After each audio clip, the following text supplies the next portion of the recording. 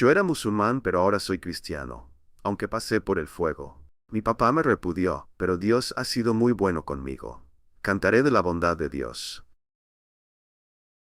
Hoy quiero hablarte de un tema que confronta nuestra realidad como padres, como familias y como sociedad.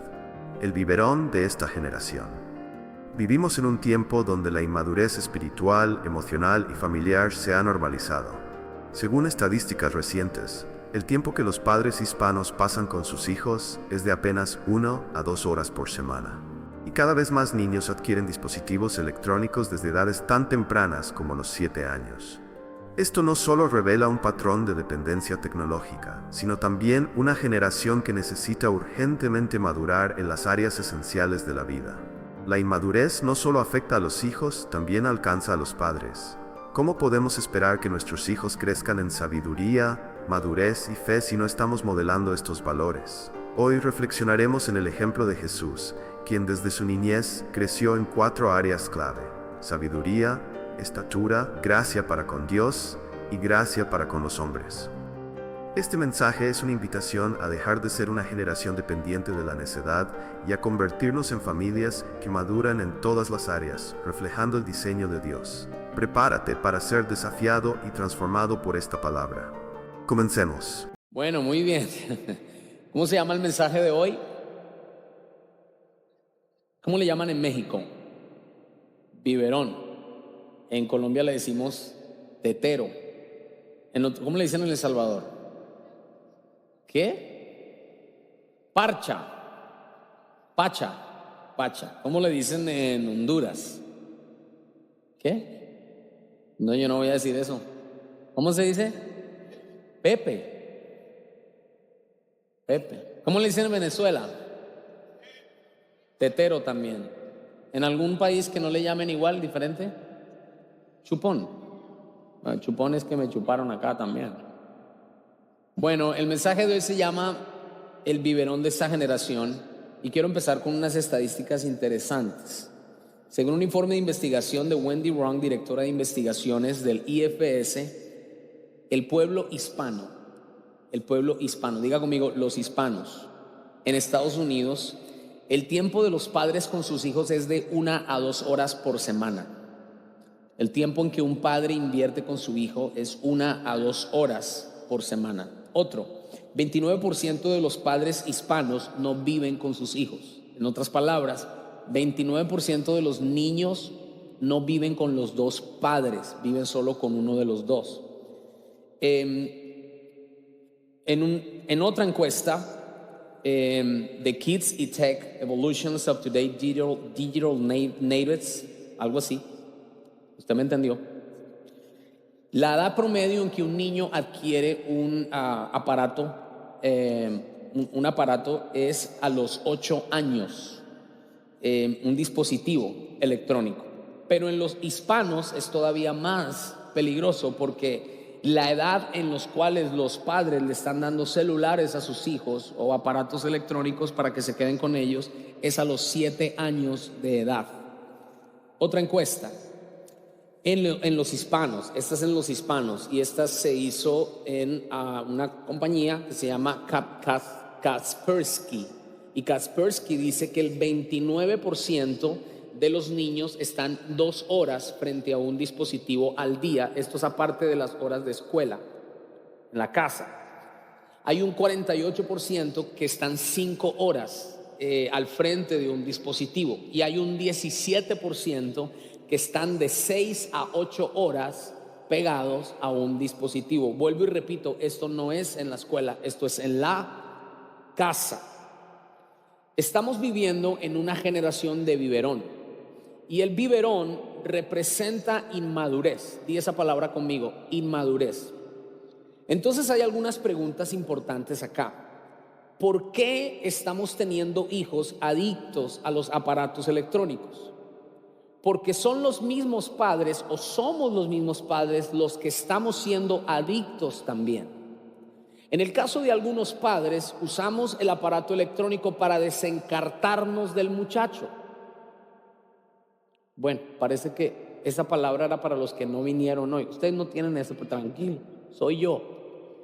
Yo he visto padres que el niño está y dele, que dele, que dele, que dele, que dele, que dele, y el papá saca el celular o la mamá saca, ya, tome, ya, y es como si lo mutearan, literal, agárrese, se cayó completamente y se ha vuelto como la salida de escape para muchos hogares. Ahora quiero decirte que esta palabra yo no la traje aquí como para tirar látigo y decirte, pecador. No, porque yo digo que esta palabra es para todos. Alguien diga conmigo, es para todos. Y como les he dicho en esta serie de la familia, para algunos será correctivo y para otros será preventivo, pero es para todos. Diga conmigo, esta palabra es para todos. Entonces la realidad es que estamos viviendo en una generación inmadura. Yo creo que esta es la generación más inmadura que hemos visto. Muchos padres inclusive son más inmaduros que los hijos. Hay padres que son los hijos los que les tienen que decir a los padres que vengan a la iglesia. Hay hijos que le tienen que decir a los padres, que tienen que venir a la iglesia. O sea, los hijos a veces muestran más madurez que los padres. Y hoy por eso quiero compartirte un modelo de una iglesia, de una familia en proceso de madurez, según las escrituras. Y quiero preguntarte, ¿de qué familia crees que vamos a hablar?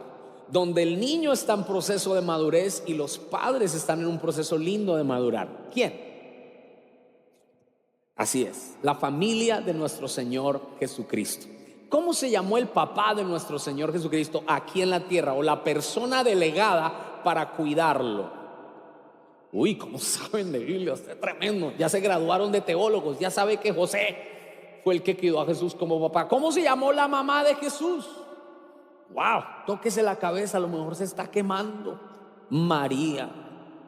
Y quiero leerte un texto que gracias a Dios el doctor Lucas, no el del Chespirito sino el de la Biblia, el doctor Lucas escribió el libro de los Hechos y el Evangelio según San Lucas. Y si no fuera por Lucas, no conociéramos detalles de la infancia y de la adolescencia de Jesús. Porque siempre nos enfocamos en Jesús hombre. Diga conmigo, hombre. Claro, Jesús hombre. Recuerden que él fue 100% Dios, 100% hombre. Pero aquí en la tierra nos enfocamos mucho en la edad adulta de Jesús, de los 30 para arriba. Pero fue interesante la etapa de Jesús, de su adolescencia o de su juventud temprana y de su niñez. Y quiero que vayamos a las escrituras en el Evangelio según San Lucas capítulo 2 versículo 41. Y quiero enseñarte hoy cómo salir del biberón. ¿Cuántos quieren salir del biberón? Muy bien, dice la escritura. ¿Están listos, chicos? Bien, los que no tienen Biblia pueden mirar las pantallas y que Dios los perdone. Y los demás seguimos. Iban sus padres todos los años, ¿a dónde? A Jerusalén. ¿A qué? A la fiesta de la Pascua. Y cuando tuvo 12 años, ¿quién tuvo 12 años? Jesús. Subieron a Jerusalén conforme a la costumbre de la fiesta. Al regresar ellos, acababa la fiesta, se quedó el niño Jesús, ¿dónde? Se les perdió. Diga eso conmigo, se les perdió. ¿A cuántas mamás se les ha perdido su muchacho? Ayúdala, Señor. Sin que lo supiera José y su madre. Mire que la escritura es bien intencional. No dice sin que lo supiera su papá y su mamá, sino dice sin que lo supiera José y su madre. O sea que José tenía una figura más de cuidador de Jesús que de su padre. Porque algunos idolatran a San José. Y pensando que estaba entre la compañía de gente, porque recuerden que eran 3 fiestas, una de ellas, tabernáculos, la fiesta de la Pascua, la fiesta de Pentecostés, subían y eran cantidad de gente, miles y miles y miles. Y dice que ellos pensaron que él se había perdido entre la bola de gente, entre la cantidad de gente. Pero como no le hallaron, volvieron a Jerusalén buscándole. Y aconteció que 3 días después le hallaron ¿dónde? ¿Cómo? En el templo, sentado en medio de los doctores de la ley, oyéndoles y preguntándoles. Y todos los que le oían se maravillaban ¿de qué? Y de sus respuestas. Y cuando le vieron, se sorprendieron. Y le dijo su madre: hijo. Definitivamente María no era hispana. ¿Cómo me hubiera dicho mi mamá? ¿Y usted dónde estaba metido? Llevo 3 días buscándolo. Casi me da un infarto, Dios mío. Pero como usted hace lo que se le da la gana. Ella no era, por lo menos colombiana no era. Le dice así, le dice: ¿por qué nos has hecho así? He aquí, tu padre y yo te hemos estado buscando con angustia. ¡Wow! ¿Qué mamá haría eso? Ninguna de ustedes. La respuesta de Jesús: mamita, qué pena, mamita, perdóneme, como yo no soy, yo no ando pegado a los dispositivos, pues yo no te llamé, mamita. No. Miren la respuesta de Jesús. Jesús les dijo, siguiente versículo: ¿por qué me buscan? ¿Qué? Siguiente versículo, por favor. ¿Por qué me buscan? ¿No saben que en los negocios de mi padre me es necesario estar? Yo creo que si es mi esposa le dice: venga, vamos al cuarto y le enseño los negocios de su padre.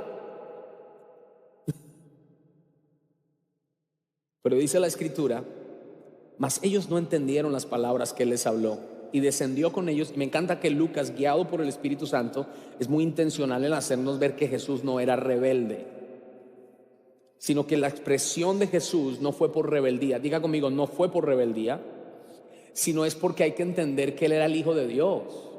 Él no nació de José, él fue engendrado por su padre a través del Espíritu Santo, pero desde pequeño él tenía una comunión con su padre. Para Jesús su padre no era José, para Jesús su padre era nuestro Padre Celestial. Entonces en ese contexto hay que entender las palabras de Jesús. Pero aún así Lucas es muy intencional por el Espíritu Santo y dice que estaba sometido a ellos. Dice: y descendió y volvió a Nazaret y estaba sujeto a ellos. ¿Cuántos hijos sujetos a los padres están aquí? A ver, ¿cuántos hijos viven con sus papás todavía? Levanta la mano, los que viven en la casa de sus papás. A ver, levanta la mano los que viven en la casa. Hagan así, hagan así. Una hermana me dijo: pastor, oren por mi niño, está en mi casa mi niño, no tiene trabajo mi niño. ¿Cuántos años tiene su niño? 45, pastor. Todo el que está en la casa de papá y mamá tiene que someterse a papá y mamá. Déjame repetir eso: todo el que vive bajo el techo de papá y mamá se somete a papá y mamá. Y estaba sujeto a ellos, versículo 51. Y su madre guardaba todas las cosas en su corazón. Y Jesús crecía en 4 cosas. Y quiero que miremos la pantalla y ustedes me van a decir cuáles eran las 4 cosas en que Jesús maduraba y crecía. 1, 2, 3. Y Jesús crecía primero ¿en qué? Muy bien, tome su mano, todo el mundo tome la mano derecha. ¿Cómo está su familia? ¿Cómo está tu familia? A ver, ¿cómo? Listo, entonces aquí, diga, pero la primera: sabiduría. Número 2, estatura. Número 3, gracia para con Dios. Y número 4, gracia para con los hombres. Otra vez. Y el niño crecía ¿en qué? A ver, todo el mundo, mírame aquí. Sabiduría, número 2, estatura, número 3, gracia para con Dios, y número 4, gracia para con los hombres. 4 cosas que son mírame aquí, esas 4 áreas son las áreas fundamentales en la vida de toda persona, toda familia, toda iglesia y la sociedad. 4 áreas, digo conmigo, 4 áreas. Vamos a empezar con la primera. La primera es la palabra sabiduría. Y esas 4 áreas es donde vamos a madurar y vamos a crecer. ¿Están listos conmigo? ¿Quieren escuchar la palabra de Dios aquí? Los dormidos digan amén. Bien, muy bien. Los inmaduros digan gloria a Dios. Gracias, hermano. Los que andan con el tetero, den un grito de júbilo. Bien, un par de ahí, muy bien. 4 áreas. Primero, digo conmigo, sabiduría. Y vamos a mirar lo que significa la palabra sabiduría. Sabiduría viene de una palabra en griego llamada Sofía. ¿Alguien se llama Sofía aquí? ¿Que se llame Sofía? No hay ni una persona que se llame Sofía. Bueno, la palabra Sofía es sabiduría. Sabiduría, pero más que simplemente sabiduría humana, significa sabiduría más o sabiduría espiritual. En otras palabras, la sabiduría de Jesús no era una sabiduría simplemente humana. Jesús tenía una sabiduría espiritual. Y quiero que vayamos un momentico al contexto en el cual encontraron a Jesús. Véngase a la historia. Van ellos, José y María, van de regreso a casa. Tremendo culto, esa palabra estuvo poderosa. Sí, mi amor, tremendo y tremendo, y una bendición. Oye, ¿y Jesús dónde está? ¿Jesús? ¿Estaba contigo? ¿Tú estabas a cargo? No, tú estabas a cargo. No, Jesús. Pero yo, María, yo te dije, pero yo fui el que te dije a ti. Esas discusiones no las conocen ustedes, ¿no? Pero tú eres Jesús. Y empezaron a correr la voz en la mano gente que había en ese filero de regreso a sus casas. Jesús, ¿han visto a Jesús? 3 días. Y cuando llegan, lo encuentran en el templo. Y Jesús está en el templo sentado con los doctores de la ley. 12 años. Y está sentado con los doctores de la ley que tienen 50, 60, 70 años. Un niño de 12 años está jugando Xbox con niños de 10 años, de 11 años, de 2. Jesucristo estaba en el templo, pero mira, haga así. Y estaba preguntando. La sabiduría escucha. La sabiduría pregunta. La sabiduría medita. Y la sabiduría concluye. Diga esas 4 palabras. Escuchaba, meditaba, preguntaba, meditaba y ¿qué? Concluía. La generación de biberón en la cual vivimos nosotros, y no piensa en sus hijos, vamos a pensar en nosotros. Esta generación de biberón no pregunta, no escucha, no medita y sí opina. Vaya a las redes sociales. La gente habla de lo que no sabe, porque no nos enseñaron a qué. Es más, le voy a decir esto. Muchos de nosotros acá nos cuesta escuchar el mensaje de la palabra de Dios, porque no nos enseñaron a escuchar. Cuando hablo de escuchar, no estoy hablando de oír. Estoy hablando de escuchar empáticamente, prestar atención, poner los sentidos. Porque esta generación está acostumbrada solo a oír lo que le gusta.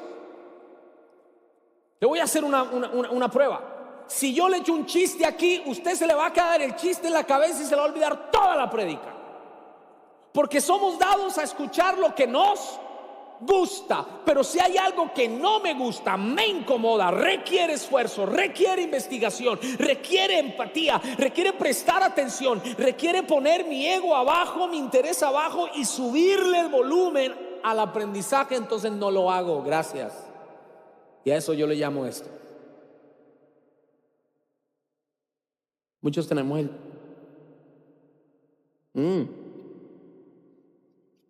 Llegamos el domingo a las 2 de la tarde aquí, sí. Yo le bendiga, hermano.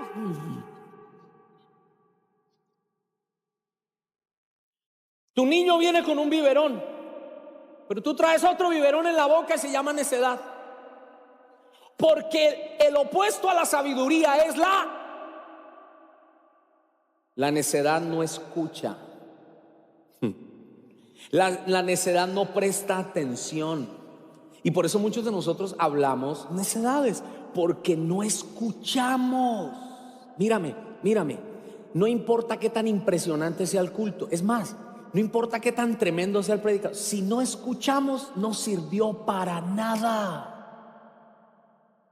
¿Cuántos tienen personas en su vida que a usted le cuesta escucharlos? Si no levantó la mano, mentirosito, porque todos tenemos a alguien que nos cuesta oírlo. Ahora, si es su cónyuge, pues ya es otra cosa.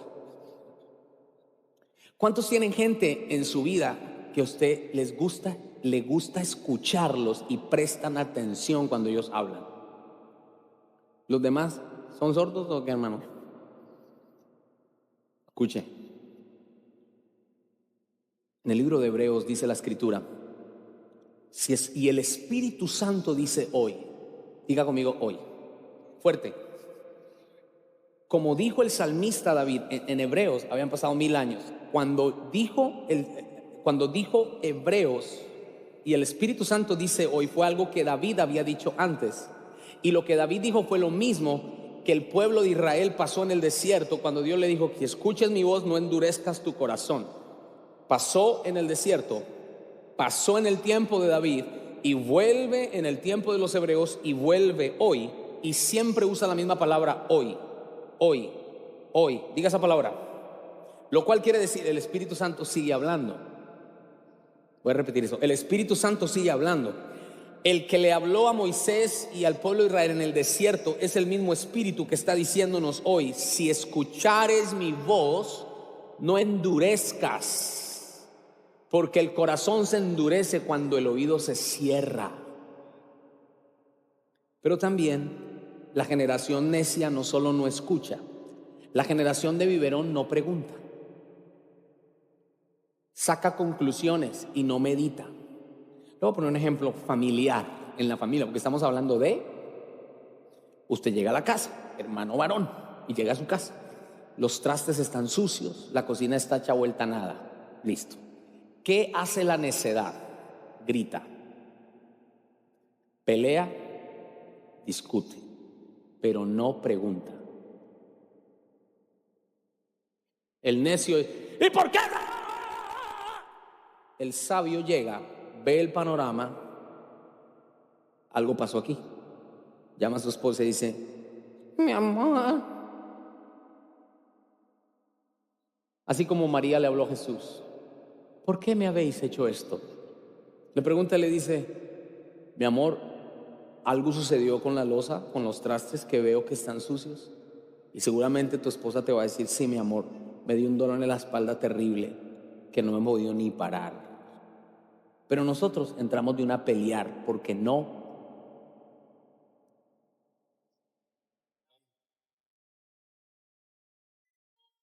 Usted le vienen con un chisme de alguien. Usted le presta orejas a ese chisme. Pero como usted está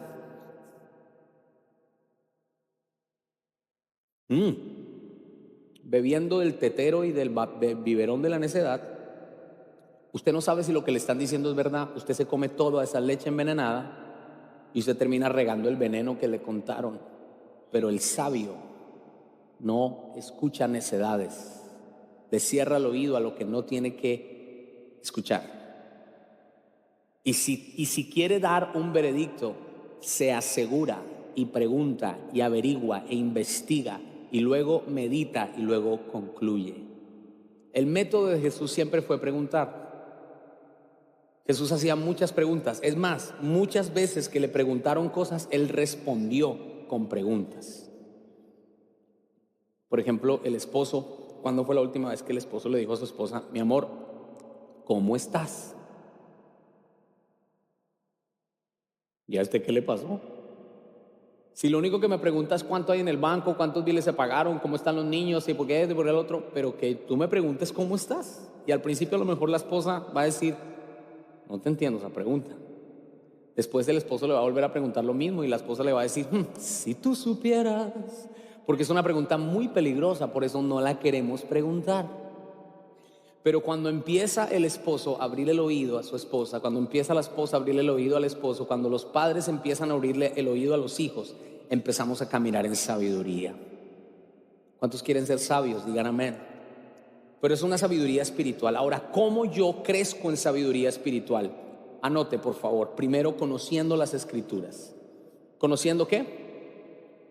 ¿De qué estaba hablando Jesús con los maestros de la ley? ¿De las series Netflix? No, estaba hablando de la Torá, estaba hablando del Pentateuco, de los profetas. Diga conmigo, la Escritura. Salmos 19:7 dice esto: mira, el testimonio de Jehová es fiel. Me encanta este texto. El testimonio de Jehová es fiel, que hace sabio al sencillo. Diga eso conmigo: el testimonio de Jehová es fiel, que hace sabio al sencillo. Wow, qué bonito esto. O sea que el testimonio, la palabra de Dios, es la que me hace sabio. Y me encanta que dice: hace sabio al sencillo. Di conmigo, haz la mano izquierda así, sabiduría. Levanta la otra, si la tienes, levanta la otra. y di sencillez. Mira, la sabiduría, amado, busca la sencillez y se hacen uno. Pero la soberbia no atrae la sabiduría. La soberbia trae la necedad. Así como la sabiduría se pega a la sencillez, la necedad se pega al orgullo. Entonces, ¿cómo yo adquiero sabiduría? Cuando con sencillez me acerco a las sagradas escrituras. Digan amén a eso.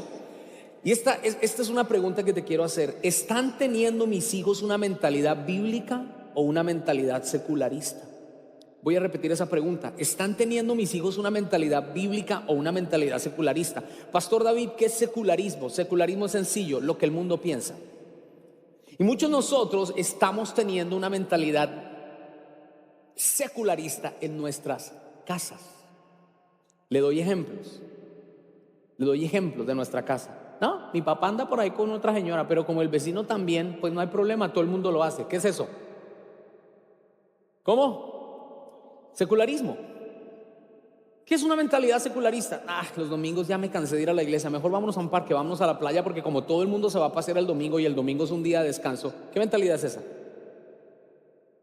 Oh, está bien, pues antes todo era hombre y mujer, pero ahora es hombre y mujer, mujer, hombre, hombre, mujer, mismo sentido, sentido contrario, no hay problema, todos nos divertimos, todos estamos chéveres. ¿Qué pensamiento es ese?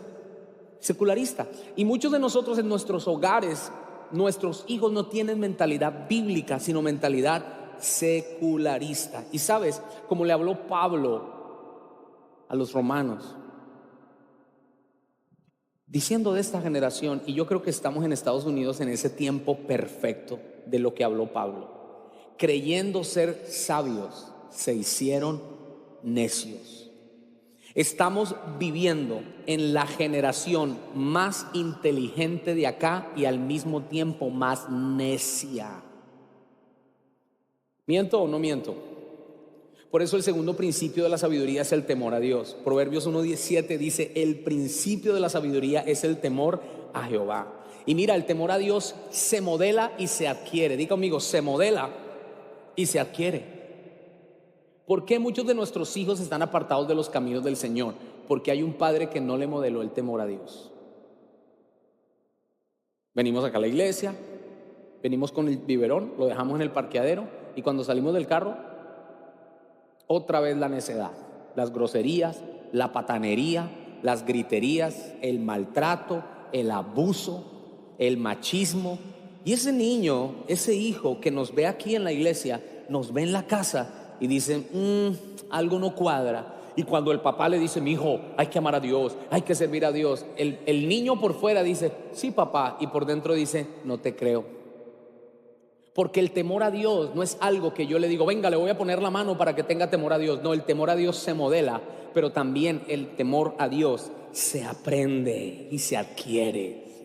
Levante sus manos, yo declaro que seremos familias temerosas de Dios. Y esta es una pregunta, ¿estoy modelando a mis hijos una vida del temor a Dios? Y el tercer elemento de la sabiduría, sencillo, es la oración. Santiago 1:5 dice, si necesitan sabiduría, pídanla a Dios, el cual es generoso en darnos sabiduría. Y la pregunta es, ¿estoy enseñando a mis hijos a pedir sabiduría? Es importante que le pidamos a Dios sabiduría como familia. Si estamos en una decisión, Señor, danos sabiduría. Pero el necio, ¿qué hace? El que anda con el biberón de la necedad se mete de frente a decisiones que no tiene que meterse. Vamos a tirar este biberón de la necedad. Dígame amén a eso. La segunda área, y esas voy a ir más rápido porque quería enfatizar en la primera, y es el área del crecimiento. Di conmigo el crecimiento. Dice que Jesús crecía en estatura. Ahora, no se refiere solo a que crecía físicamente, porque es una ley.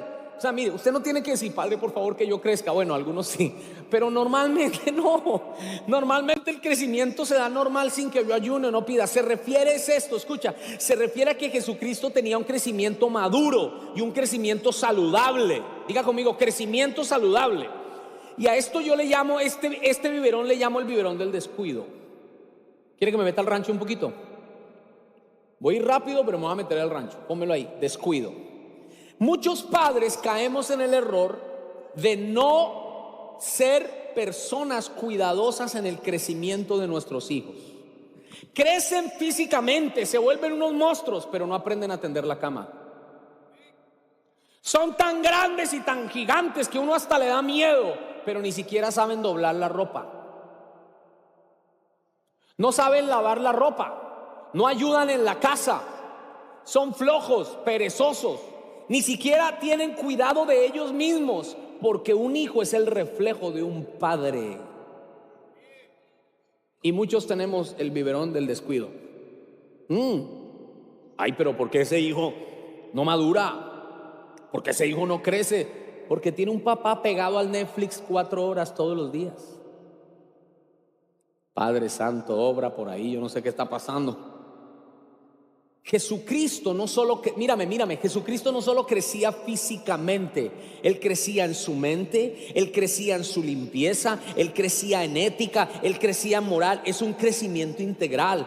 Y yo quiero declarar esto sobre nuestras familias. A medida de que nuestros hijos crezcan, no solamente van a crecer de esto, van a crecer de esto, van a crecer de esto, van a crecer en madurez, van a crecer en aplome. Ese es el crecimiento que Dios quiere. Biberón del descuido. Pero número 3, Él crecía en su crecimiento espiritual. Me encanta esto.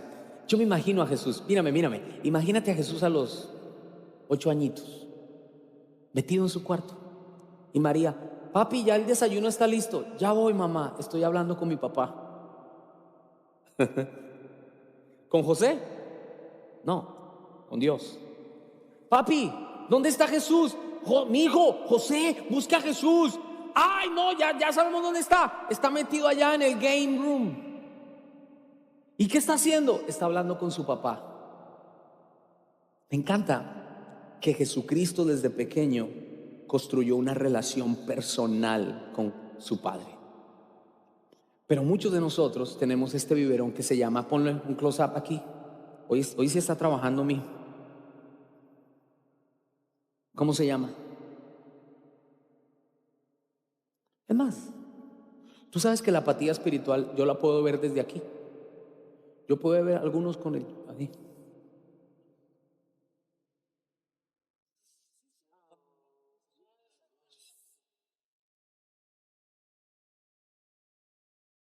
Apatía.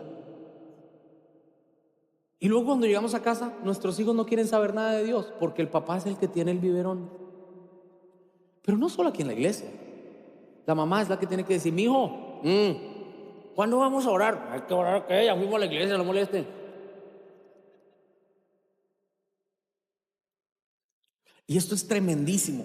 Yo no puedo controlar, esto es poderoso, no puedo controlar la vida espiritual de mis hijos. Yo no puedo, a Natanael yo no puedo forzarlo a agarrarle. Usted tiene que orar porque tiene que orar. No haga eso, papá. Yo no puedo agarrar y decirles que usted tiene que ser cristiano. No. Cuando a veces yo voy a negocios y veo letreros que dicen, aquí no se meta conmigo, mi papá fue católico, mi mamá fue católica, yo soy católico. Católicos por tradición, pero no por convicción. Pero nosotros los criticamos a ellos y somos iguales.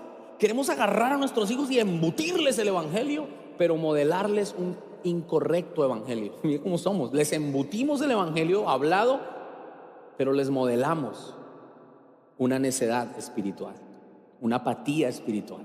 Mira, tú y yo no podemos controlar la relación que nuestros hijos tengan con Dios. ¿Cuántos están de acuerdo conmigo? Di conmigo, pero sí podemos crear un ambiente para que ellos conozcan a Dios. Voy a repetirlo. Tú y yo no podemos controlar la vida espiritual de nuestros hijos, pero sí podemos crear un ambiente para que ellos conozcan a Dios. Para ir terminando, me acuerdo del ejemplo de Samuel. Samuelito llegó a los 2 años y lo trajo su mamita llamada Ana. Si puede salir el del piano, por favor. Ana. Y Ana le prometió, ella era estéril, le prometió al Señor, le dijo, Señor, si tú me das un hijo varón, yo te lo voy a traer y te lo voy a entregar. Después de darle biberón al niño, de darle pecho, lo trajo como a los 2 años. Samuelito. Y Samuelito así, apenas estaba medio caminando. y viene y se lo entrega al pastor Elí. Elí, esta es la promesa. Y yo creo que Elí se arregló. ¿Y ahora quién va a agarrar a este muchacho? Pero yo voy a estar viniendo, yo voy a estar visitándolo. Yo quiero asegurarme que Samuel esté en un ambiente propicio. Pasaron 10 años. Samuel tenía la misma edad de Jesús y estaba durmiendo en el templo. Samuel no hablaba en lenguas. Samuel no profetizaba. Samuel no conocía a Dios. Pero estaba en un... No escucho. Más fuerte. Están diciendo dos palabras diferentes. Ambiente. Estaba en el templo. Escucha una voz que dice: Samuel, Samuel. ¿Quién era? El papá, la mamá. No, porque si fuera la mamá, ¡Samuel! Era el pastor Elí. No, tampoco. Era Dios mismo. Era Dios. Dios mismo se va a manifestar a nuestros hijos.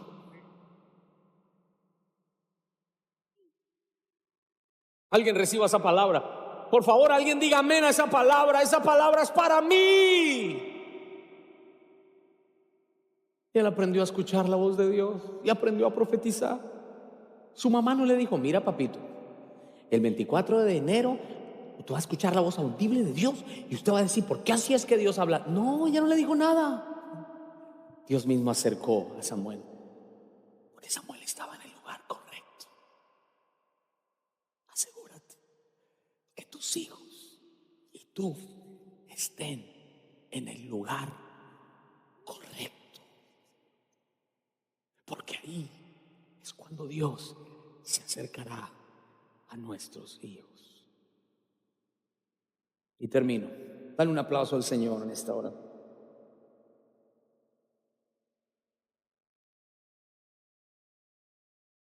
Creció también en relación con los demás. Muchos andamos con el biberón que se llama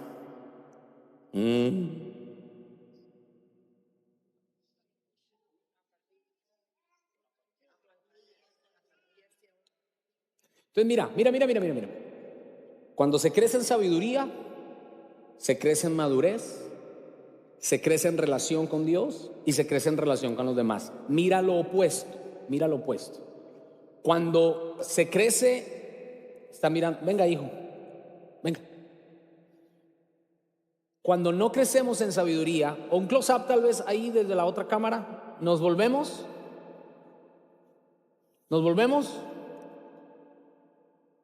No están leyendo, ¿verdad?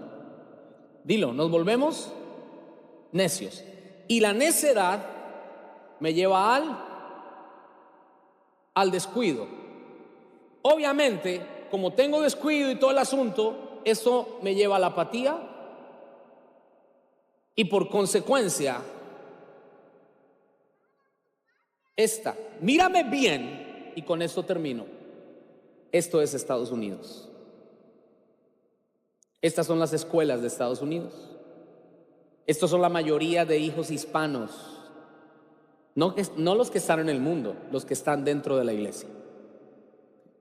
Cuando hay un muchacho y un adolescente que no lo ves con propiedad y con identidad, que tienes que decir: hola, ¿hay alguien dentro de ese cuerpo? Es porque hay algo que está sucediendo en su vida. Pero gloria a Dios, Dios nos está trayendo esta palabra para que nosotros seamos los primeros que digamos: voy a dejar de ser inmaduro y yo mismo como padre voy a crecer en sabiduría, voy a crecer en madurez, voy a crecer en comunión con Dios y voy a crecer en comunión con los demás alrededor de nosotros. Vamos, dale un aplauso al Señor.